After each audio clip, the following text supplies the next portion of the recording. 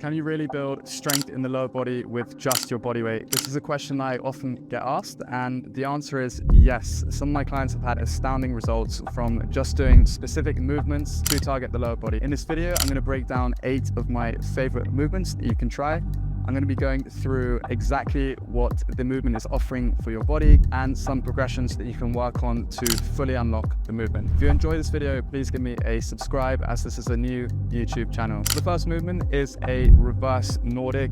This movement is so good for strengthening the quads through a lengthened position, also getting a really good activation through the hip flexors, again in a lengthened position, and this offers so much support to the knees. To progress this, we can start with a banded reverse Nordic, and then we can progress from there to just doing the negative. This movement is also a great progression towards a full sissy squat. The second movement is a Nordic Curl. This is such a good movement for building true hamstring strength. We're literally just working on a real shortening of the hamstring muscle, which most of us actually don't do that often through conventional gym training. Similar to the reverse Nordics, strength here offers really good support to the knees. Progressions here are very similar to the reverse Nordic. We can use bands initially, and then we can look to work on just the negative. So number 3 is a pistol squat. This is an absolute powerhouse of a movement. It combines so many elements. We've got ankle stability, quad strengthening, compression strength, so hip flexors, core, hamstring length, so many elements combined. And it's also a unilateral movement, so it helps us to identify if we have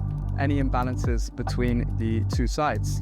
Now, to progress this, we can use box step ups and step downs, and then once we're a bit more confident there, we can look to do isometrics, where we use a weight bias or slight heel elevation just to hold that end position of the pistol squat. If you're able to hold here for about 20 seconds, we can then try negatives and eventually our full pistol squat movement. Number 4, the dragon squat. This one is a very tricky movement, and it's kind of the hallmark of calisthenics, lower body skills. It builds really good strength through the outer glute, the medial glute.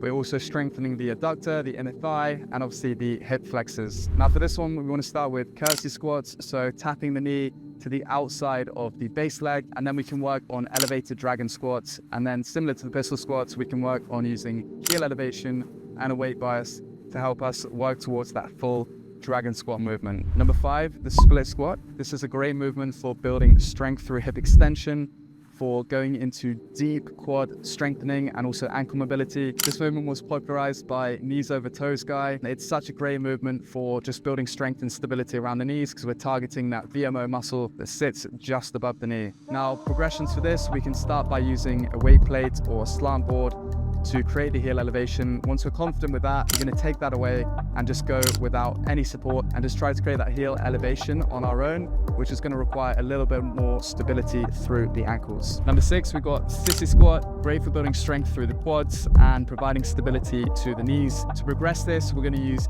heel elevated squats just to build that initial stability.